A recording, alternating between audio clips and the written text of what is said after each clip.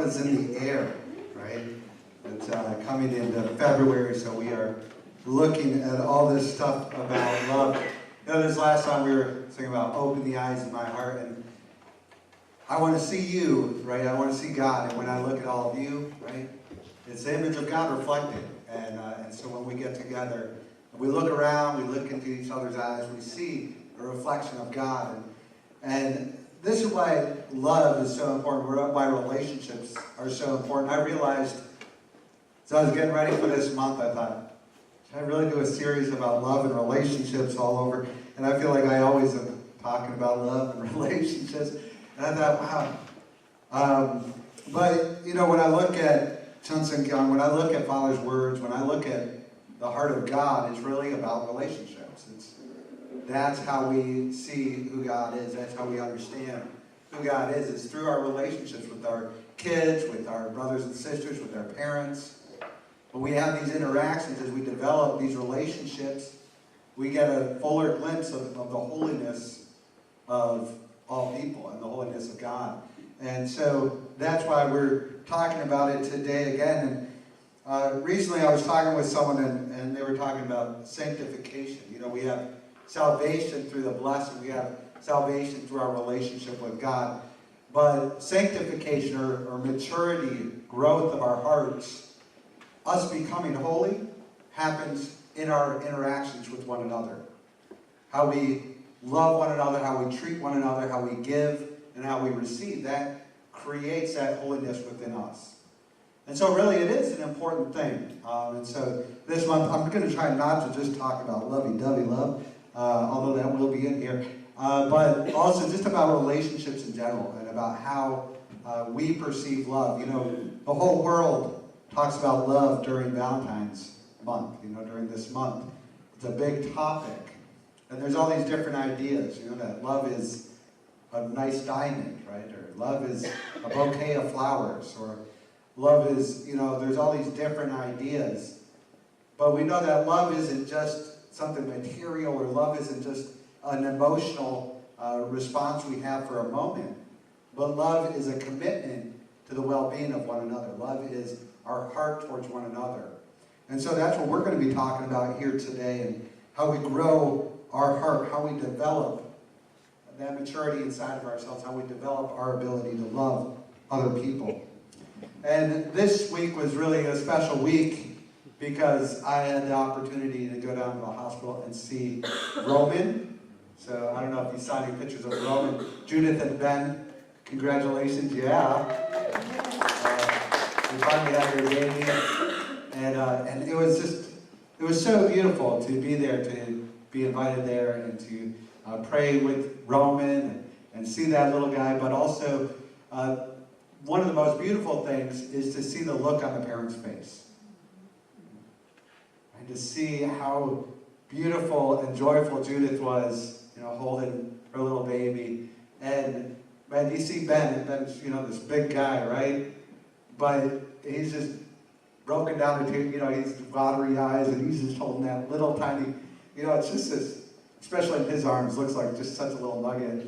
And, but you can just see, you know, we were talking about, oh, you must be so excited. And he's like, I've been waiting, you know, I mean, not breaking down in front of us, but you can see it in his eyes, you know, that love that he has for Roman.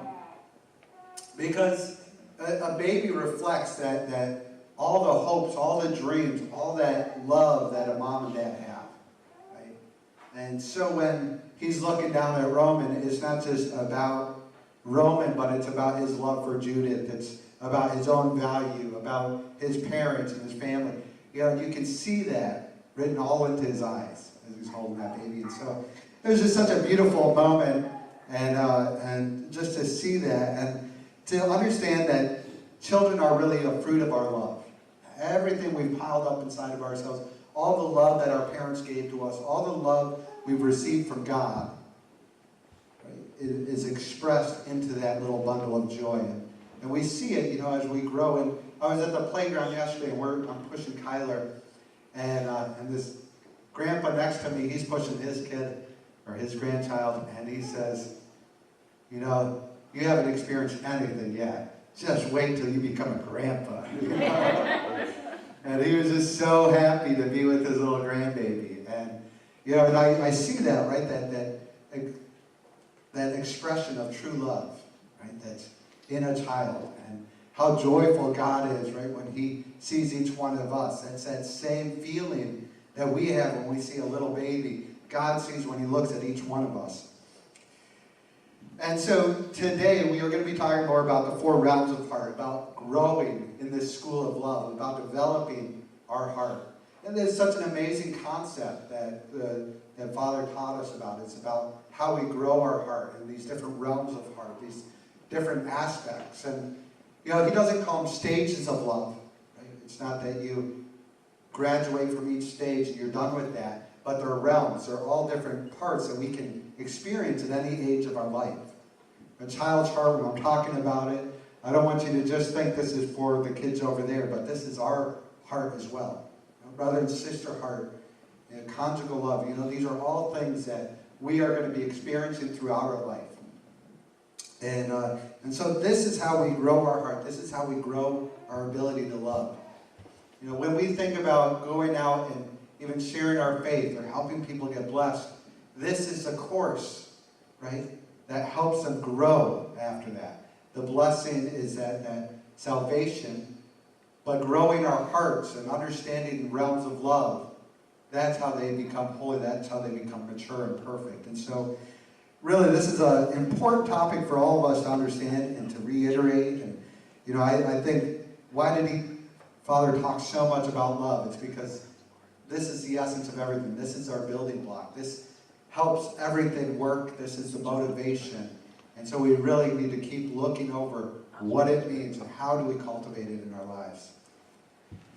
In the book here it says about love, it says even God breathes. He breathes true love. As God also keeps in rhythm with the universe continues forever, centering on true love. Therefore, only when you reach this level can you enter the realm of God's breath and live forever. It's interesting to think about God breathing and that love is being taken in and expelled, right? It's going in and out, right? Because that's how breathing works. There's a relationship. So God must be receiving love and also giving that love out. And that's how God continues. And I was thinking about this verse and then connecting it with Genesis and looking at God breathing life into Adam. So here's this physical Adam born, right? But then God's love enters him. God's breath, right? Or God's love, as it's shared here, is entering him, and that's what animates Adam. That's what separates Adam from every other living creature. Is that God's breath comes into Adam, and he learns about creativity and about sharing and about, you know, cultivation and developing. You know, this all comes and is born out of this breath of love that he first received. So each one of us, right, when we are born into this love. When we are born, we take our first breath. Right? And Father said that first breath is also the Spirit kind of coming alive. And again, when I think about this and I think about that love, right, if it's the breath of God coming into that child, it's also God's love entering into that child. That first breath your child took or you took was a breath of love, was a reception of God's Spirit into you. And the rest of our life is about growing and cultivating that kind of love and cultivating our spirit. Every interaction that we have going forward is either building up our capacity to love, growing up our capacity to, breathe it in and give it out to the world, or our interactions subtract from our capacity. They can hinder us. And so really our life is about finding interactions, finding relationships to invest in, to give to, and to receive that love so that we can breathe fully when we go to the spirit world. So this child's heart, right, this early time is actually really crucial. When you look at education, we always say, the first 5 years is really, that's the foundation, building block for everything else a child will learn in their life. All their habits and their standards, all the things that they expect are kind of established in this time period. And children push their boundaries and try and figure out what they're allowed to do and not allowed to do. They're setting a bar and trying to understand what it is to be human, what it is to be a person. And so this is really a crucial time where we need to instill this love so that our children can understand value, so that we can understand value. The amount of love we receive sets us up to understand what kind of love we should expect throughout our life. And so God, through our parents, has given us opportunities to grow in that love, to understand that love, and to develop that love. And it gives us a foundation for the rest of our life. But our heart at this time it's a really delicate thing. You know, it's made to be malleable. It's made to be shapeable, right? And it can be formed into something. And it's like a sponge. It just receives and receives. And it doesn't differentiate, right? It doesn't know how to distinguish what's good and bad. So we need to set that tone for the child's heart. We give that love so they can understand what kind of love they should be receiving. And I see it kind of like how our bones as a child are not fully fused together. Children have a lot more bones, in a sense, than adults do, because they're not fully set. They're not fused yet. And this gives room for the child to grow and develop. It gives a little bit more flexibility, you know, so that when they fall down, it doesn't just break right away. But there's kind of this time where there's that flexibility that child can grow into who they're going to become. And so our bodies are still this flexible, but they're also kind of very sensitive, our bodies at this time. You know, what happens in the early stages of life for a child can leave a permanent effect on what they can grow to, on what their capabilities are. Even I've heard recently about too much jumping on trampolines, right? It can affect how the bones are growing. And so we have to really also have a watchful eye on what our children are experiencing, what is being presented in their life. They're flexible, they're able to be shaped, and that's a great thing, but it's also kind of a fearful thing. What is it that we're allowing for our child? What limits are we setting on our children at this time? Because those are going to follow through with them the rest of their life. At a young age, you know, we're not able to discern the good and bad yet. We are looking for our parents to set that standard for us. We're looking for those around us to show us what is good and what is bad. And we need experience to teach us how to live in this world. So parents are there to invest that love and set the standard of expectation for the child's heart. And I thought about this, you know, there's this song that John Mayer sings about fathers be good to your daughters, right? Because they're learn to love like that. And, you know, it's important that, you know, fathers are setting a standard for what our daughters can expect, what they should expect in a relationship. You know, if a father really loves unconditionally their daughter, then they look at future men and they go, well, you better treat me like my daddy did, right? Or, you know, mom has love for the son, and the boy grows up and he says, well, this is what I should expect. Yeah? So either they're getting this high expectation of value that I am precious, I am, you know, super loved, and I need to be respected like that, or we can set the bar low for our children, and they think, okay, well, I was just kind of an annoyance, and so I should just accept whatever I can get. So really, at that time, we're setting the bar, setting the standard for what our child should expect in their life and the value that they have. The child's heart is really about understanding their own value. But then we grow, right? We grow through that. We experience the love of our parents, and we get to a point where we realize that this world isn't just about us. Right? We realize that the world is bigger than me, and I actually have to share it with my brothers and my sisters. I actually have to, you know, share this home with my family, and it's not just about me. It's not just about my little world. We cannot go through life simply centered on ourselves, centered on our own reception of love. But we learn that we have to give it out. And so this is the brother and sister realm of heart. And we're all going through this still today. where we're understanding that there's other people in this world that, yes, I have my needs, my priorities, my values, but I'm also sharing this world with a lot of other people. And how do I interact with them? How do I get them the space that they require?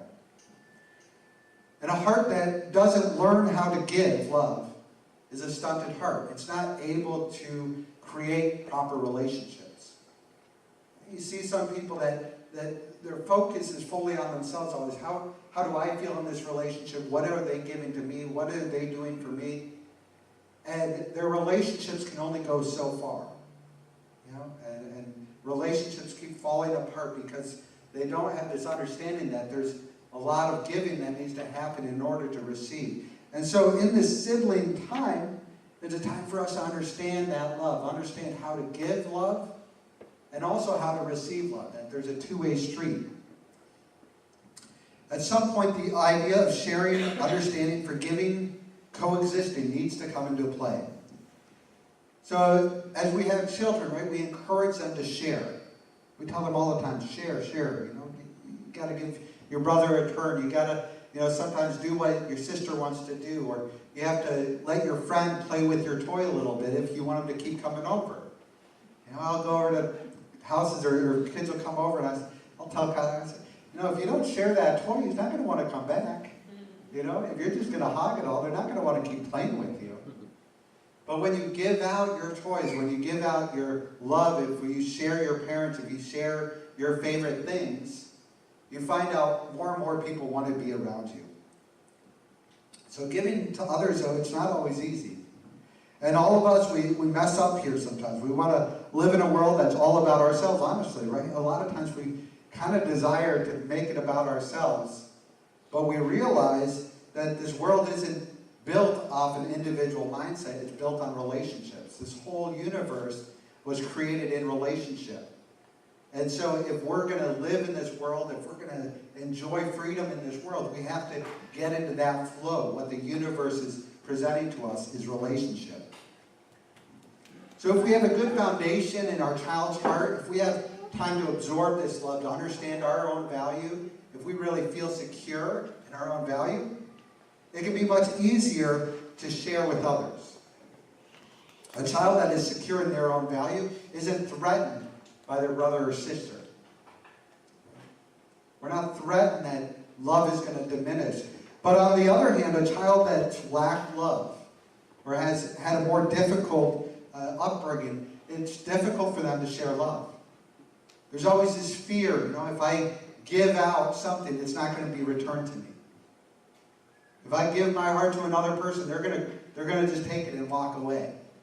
You know, there's this fear that builds up, and it becomes very difficult for us to build a healthy relationship.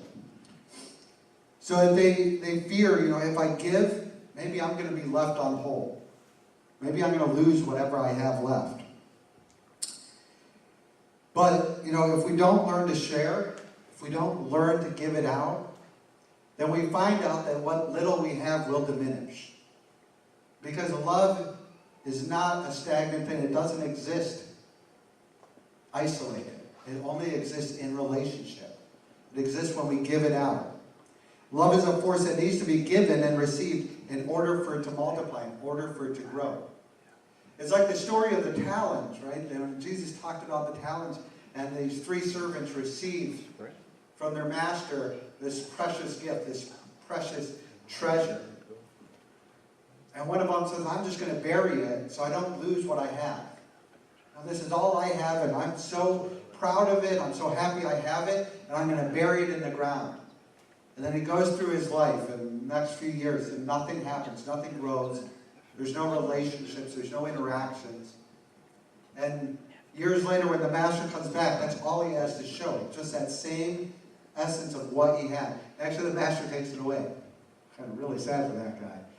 But the other ones, right, they go out and they realize this gift I've received from the master, I'm going to share it, or I'm going to invest it. I'm going to trade with it.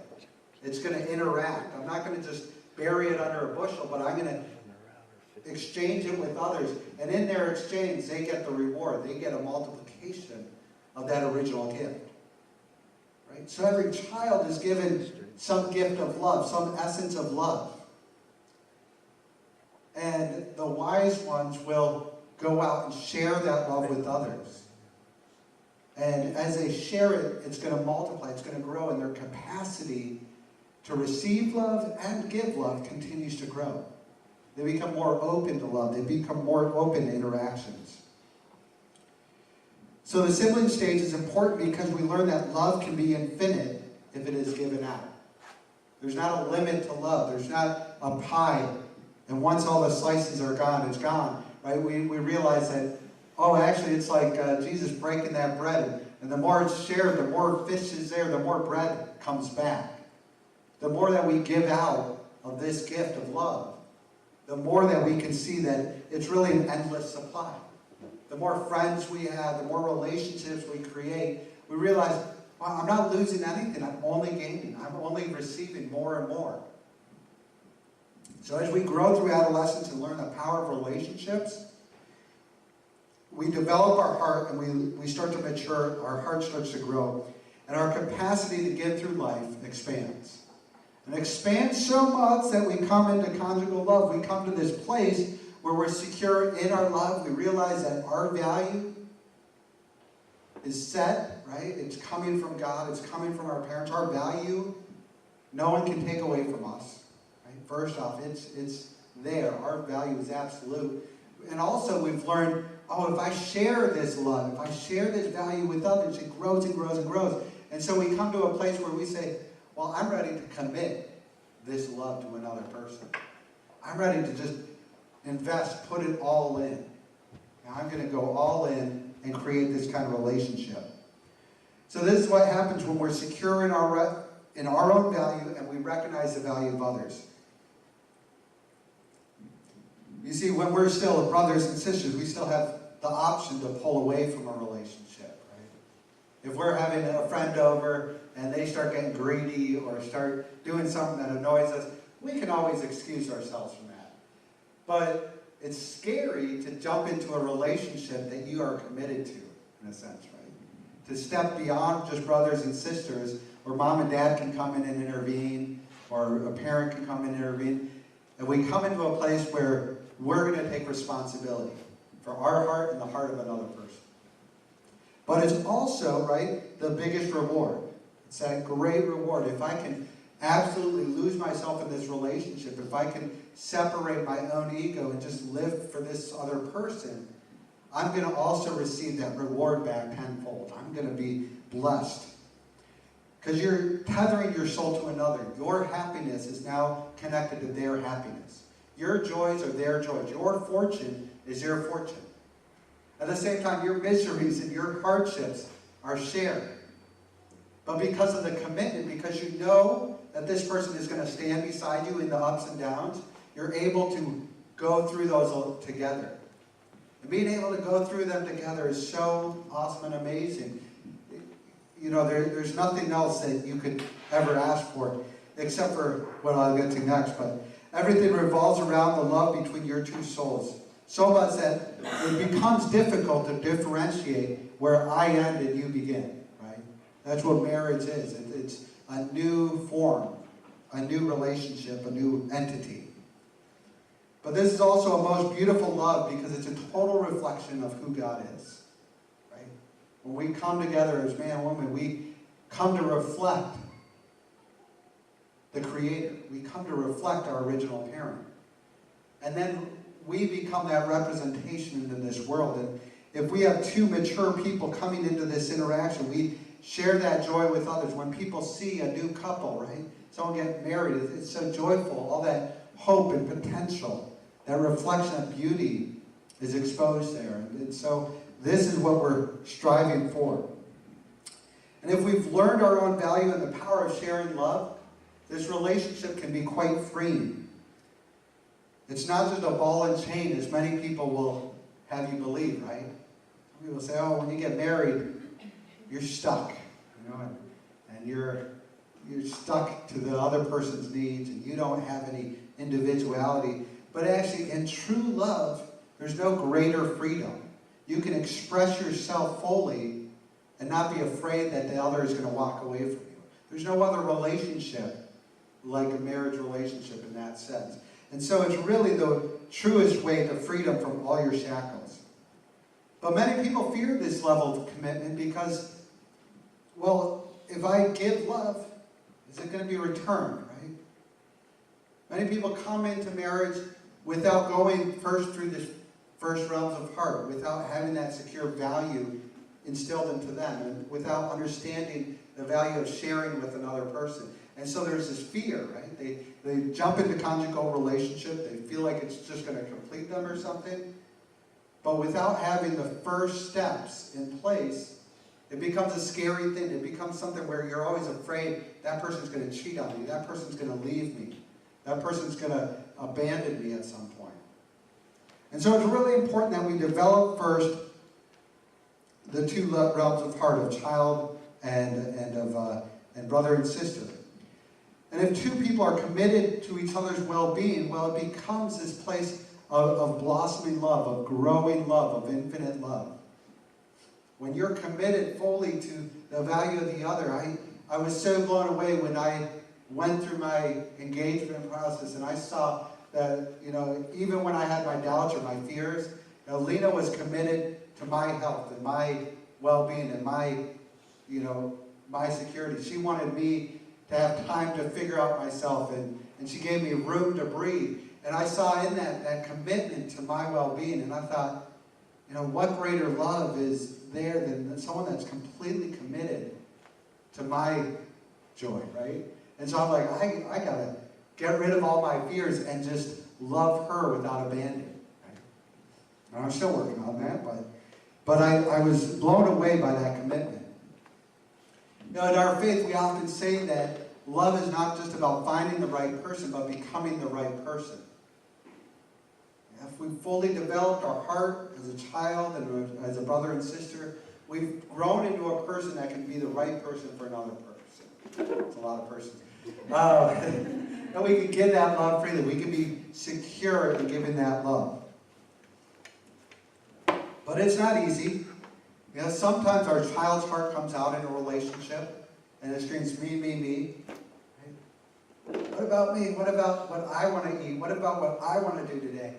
And, sometimes we have this. We have to remember that my value is secure. It's not going to be taken away. My wife isn't going to take it away from me. It's still going to be intact at the end of the day.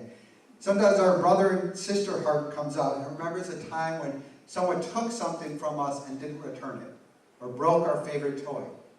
And there's that fear, is this person going to let me down again?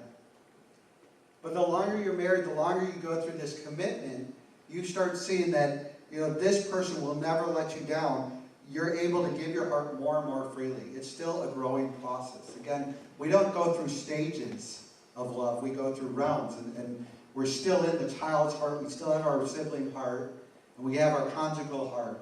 They're all interacting at the same time. And so we still have that security. But as we go through the seasons with a common commitment centered on God, we learn to let go of our fears. And we let go of the fears and give our whole heart. We are rewarded with the most beautiful love, with true love. That's what we're all about here, right? That's what we're trying to establish as families of true love. And it's hard. It's a challenge. It's a process that hasn't really been revealed. When you, at the end of Princess Bride, people sing that, they have the true love kiss. And they say, and it's a kiss that's never been seen. It's so powerful. True love doesn't normally exist in this world. It's become an unnatural occurrence. Something that should have been natural has become unnatural. There's this fear of love. There's this fear of another person taking our identity away. But when we understand God's heart, and we understand God's design for this world, we realize that not only is it possible, but it's the purpose of our life to cultivate a heart of true love. So we need to go through this. Finally, we come to a place where we've gone through these schools of love, we've gone through these stages, and we're prepared to give everything. We're ready for children.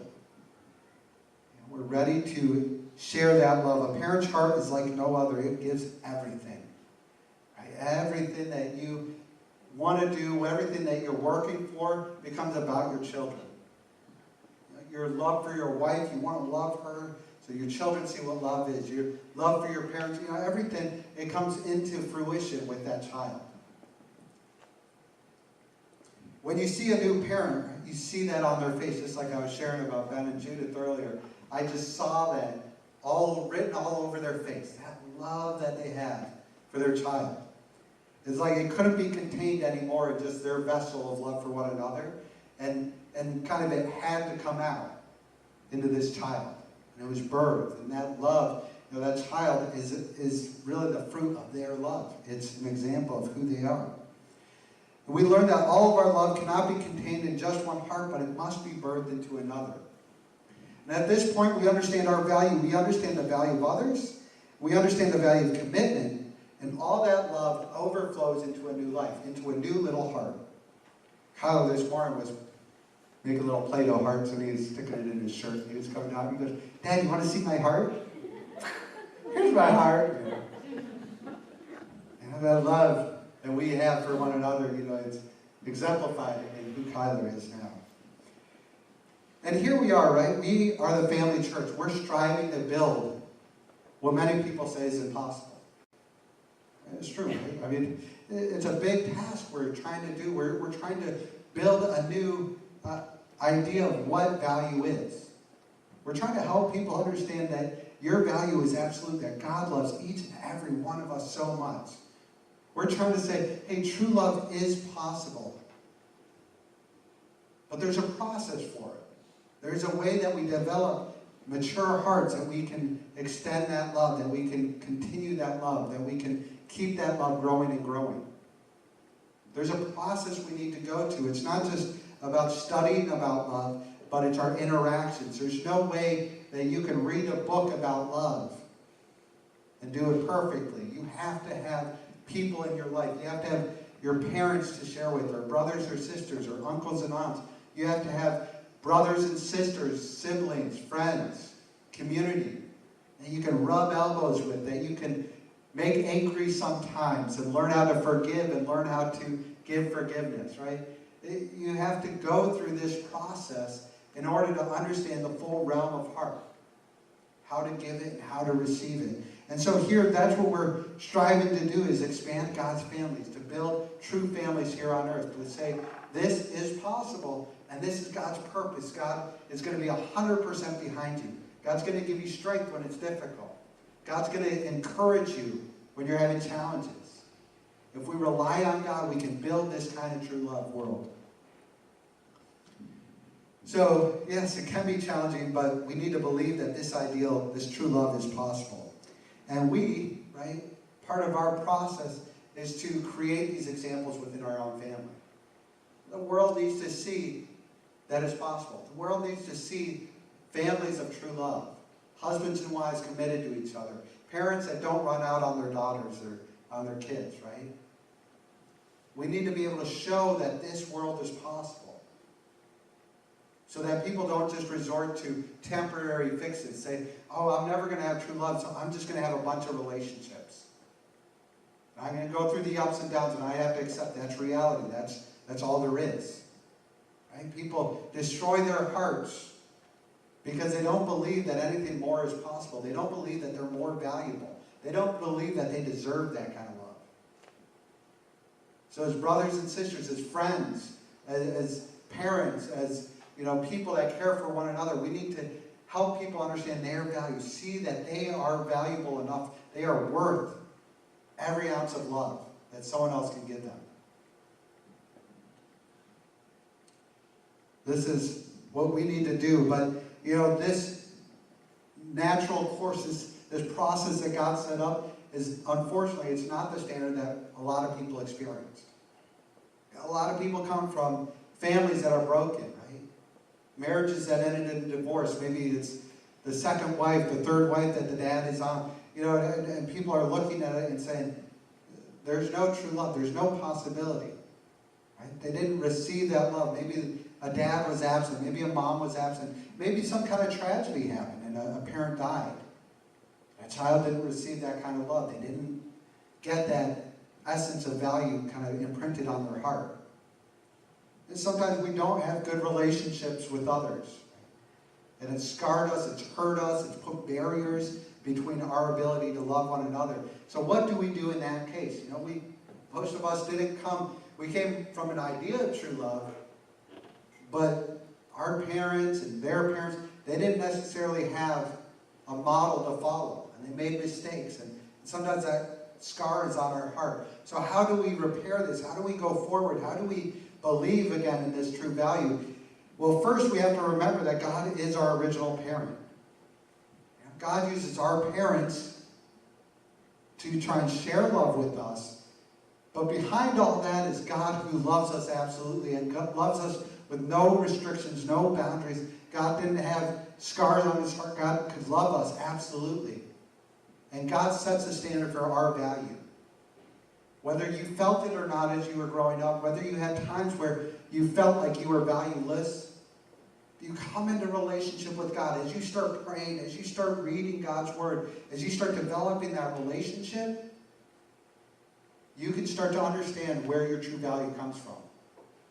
And despite what the world has told you, despite what other people might have told you in your life, you can understand that your true value exists and is permanently there. It was established by God. And no one else can take it away from you. So we need to develop this relationship with God. We need to see that model, that true love. And second, right? Sometimes we need a little help in our relationships with others. And maybe we've grown up, maybe we didn't have brothers and sisters, or maybe we had bad relationships with our brothers and sisters. Some people don't talk to their brothers and sisters anymore. There was some pain, some damage. And they can't have that relationship. Well, that's why we gather together as a community. Right? And we call each other a family.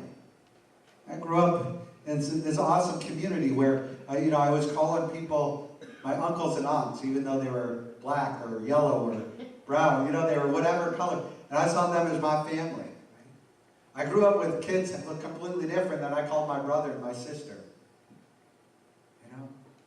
And through this, it was able to expand. It wasn't just about my brothers, but I could learn give and take, and I could learn real relationships through everybody I interacted with. And here at church, right, when we come to church, we got people that have different ideas, different feelings, different needs. And as we give our love to one another, as we give attention to one another, we can still cultivate our heart of brother and sister. And it doesn't matter if you're 10 years old or 72. You can still cultivate that realm of heart. You can cultivate that love and bring it into your other relationships. So, whatever your circumstances are, right, you still have a chance to shape your heart. You still have a chance to continue to grow. And so value your brothers and sisters here. Right? And look around. These are beautiful, wonderful people. And they believe you can be a better self. You can have all the love. All these people here, right? They love you. And they believe in you, and they see an ideal for you. They see you living a better life. Believe it when they say that they're happy to see you. Believe it when they say that you are valuable. And take time to spend with one another, to share with one another, learn from one another, give and receive with one another. So our church helps us grow. And finally, remember that the school of love is not something we graduate. We don't get a diploma at one point and say, hey, I'm done growing in my love. I'm done growing my heart. I've learned all there is to do, and I'm an expert. Just like the family is eternal, the school of love is eternal. And we continue to grow in our relationship with God, in our relationship with others. We continue to grow in our relationship with our spouse. We're looking for that spouse. When we're looking for that spouse, we need to remember that our value, is so great that God would do anything for us, and that other person needs to respect and love us in that same way. So remember that we're still growing in this, and it is eternal. And you're never graduating, but you're just growing and growing. And we can learn that love is infinite. Love is something that never ends, never gives up. It grows and grows and grows. And let us grow together. Let's pray.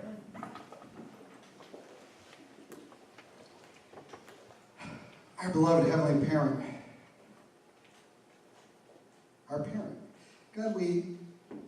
understand this new relationship with you. Many people have not had the opportunity to know that you are our parent. That you love us so deeply. That you care so intimately about our lives. God, we are so blessed to know you. God, we are still growing in that relationship, still understanding who you are. But God, we pray that we can believe that we can still grow, that we can still develop, and grow through this process of love, that we can grow in our capacity to love. God, I pray for all my brothers and sisters here, God, that you can lift them up, that you can help them in their relationships. God, as we establish these true families, we can start expanding your family, God. We can give you back your children. We can give you back your sons and daughters as they see the love that we have for one another. Brothers and sisters, many people will come here and say, I want that love. I want to experience God in that way. I want to receive the blessing. I want to grow in my commitment to my spouse. I want to love her in a new way. God, I pray that we can open our hearts, our eyes to you, to the reality of your true love. God, and that we can share that with this world. And today we just want to lift up our brothers and sisters. We want to lift up those who are hurting right now, those who are lost. We want to be an encouraging word for them. We want to be an encouraging hug for them. God, we want to lift them up and see them shining in your glory, God. God, I pray that you can be with all of our brothers and sisters, that you can encourage them to keep walking the path, keep looking to discover you, and realize that the greatest way that we can discover you is by sharing you with others, sharing your love, helping others understand their true value. And we start to see your love reflected into our lives. God, we thank you for being with us here today. And we want to offer up this Sunday to you. I pray this in all of our names as Blessed Central Families in your holy name. Amen and amen.